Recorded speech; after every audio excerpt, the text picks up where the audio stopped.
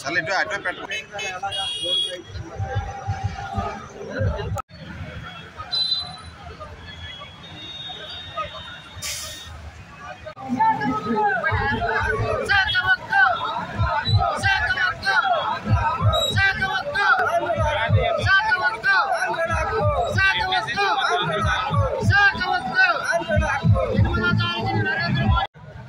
అందరం పళ్ళు తీయాలని కోరుతున్నాం.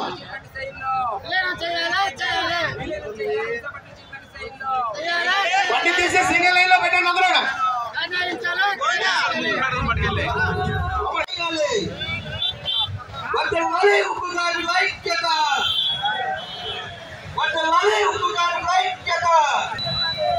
విశాఖ ఉప్పు వెంటనే శైలిలో విలీనం చేయాలి.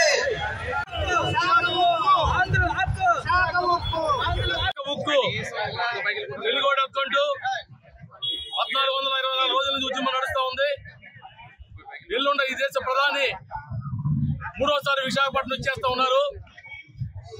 మోడీ గారు విశాఖ పర్యటన సందర్భంగా విశాఖపట్నం స్టీల్ ప్లాంట్ ప్రైవేటీకరణ వెనక తీసుకుంటూ సేల్లో కలుపుతామని చెప్పి ప్రకటన చేయాలని, అలాగే 3 సంవత్సరాల పాటు ట్యాక్స్ హాలిడే ఇవ్వాలని, పూర్తి స్థాయి ఉత్పత్తి చేయాలని, ఉద్యోగుల 3 నెలల బకాయిలు వెంటనే చెల్లించాలని డిమాండ్ చేస్తూ కోర్మన్పాలెం గంట దగ్గర నుంచి నగరంలోని కలెక్టర్ గారి ఆఫీస్ వరకు కూడా ఈరోజు చెలో కలెక్టరేట్ నుంచి బైక్ యాత్ర నిర్వహిస్తా ఉన్నాం. ఈ బైక్ యాత్ర ఇక్కడ బయలుదేరి కాజువాక మీదుగా, ఎన్ఐడి కొత్త రోడ్డు మీదుగా, కరాసా మీదుగా, తాటిచెట్లపాలెం నుంచి, రైల్వే కాలనీ నుంచి సంపత్ వినాయక టెంపుల్ మీదుగా నోవేటల్ డౌన్ వరకు చేరుకుంటుంది.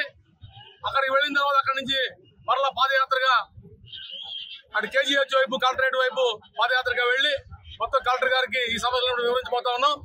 ఈ సందర్భంగా ఈ రాష్ట్రంలో ఉన్న అధికార పార్టీ, ప్రతిపక్ష పార్టీలు, కమ్యూనిస్ట్ పార్టీలు అందరినీ కూడా మేము డిమాండ్ చేస్తా ఉన్నాం. విశాఖ ఉక్కు ప్రజల ప్లాంట్, ఈ ప్లాంట్ కాపాడడం కోసం మీరంతా కూడా మోడీ గారి మీద ఒత్తిడి తీసుకొచ్చి ప్రైవేటీకరణ నిర్ణయాలు వెనక్కి తీసుకునే విధంగా, సేల్లో కలిపే విధంగా ప్రకటన చేయాలని చెప్పి డిమాండ్ చేస్తాం.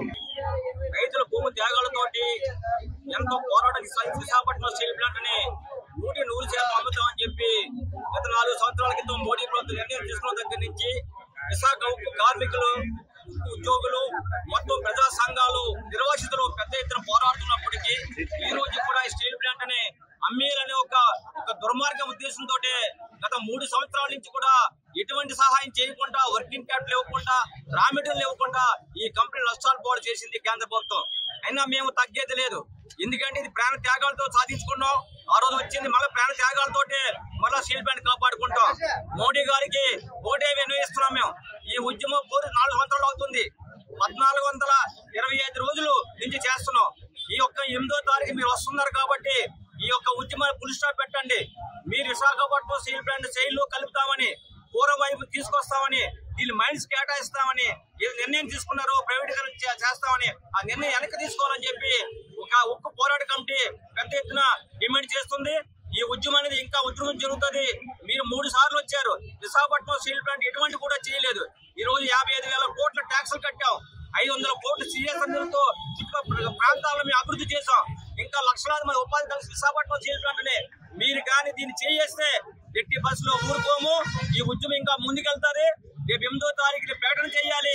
విశాఖపట్నం స్టీల్ ప్లాంట్ శైలిలో కలుపుతామని, అలాగే దీనికి పూర్తి ఉత్పత్తి చేయడానికి సుమారు 18,000 కోట్లు ఏదైతే ప్రపోజల్ పెట్టారో స్టీల్ మినిస్టర్ గారు, దాన్ని ఆర్థిక సాయం చేయాలని చెప్పి, అలాగే మైల్స్ కేటాయించాలని, 4 నెలల బట్టి జీతాలు ఇవ్వలేదు ఉక్కు కార్మికులకు కావాలని ఇబ్బంది పెడుతున్నారు.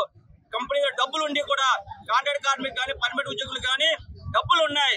2,000 కోట్లు మార్కెటింగ్ చేస్తున్నాం. సుమారు బ్రహ్మాండ రెడ్డి బ్లాస్ట్ 110% లో ఉత్పత్తి చేస్తున్నప్పుడు కూడా కార్మికులకు ఆర్థికంగా, మానసికంగా దెబ్బతీయాలని మీరు కుట్ర పడుతున్నారు. తక్షణమే జీతాలు చెల్లించాలి. అలాగే జైల్లో విలీనం చేస్తామని ఈ యొక్క ఫుల్ స్టాప్, ఈ ఉద్యమాన్ని ఫుల్ స్టాప్ పెట్టే విధంగా ప్రకటన చేయాలి. ఆ బాధ్యత కూడా ముఖ్యమంత్రి చంద్రబాబు నాయుడు మీద, అలాగే పవన్ కళ్యాణ్ మీద ఉంది. ఎన్నికల ముందు మాట ఇచ్చారు స్టీల్ ప్లాంట్ కాపాడుతామని. ఖచ్చితంగా ఇప్పటికీ లేట్ అయింది. 28వ తారీఖున వచ్చే ప్రధానమంత్రి గారికి ఖచ్చితంగా మీరు చెప్పి ఎలా చేయాలి. లేకపోతే ఉధృతం అనేది, ఈ యొక్క ఉద్యమం అనేది ఇంకా ముందుకి దేశవ్యాప్తంగా తీసుకెళ్తామని చెప్పి తెలియజేస్తున్నాం.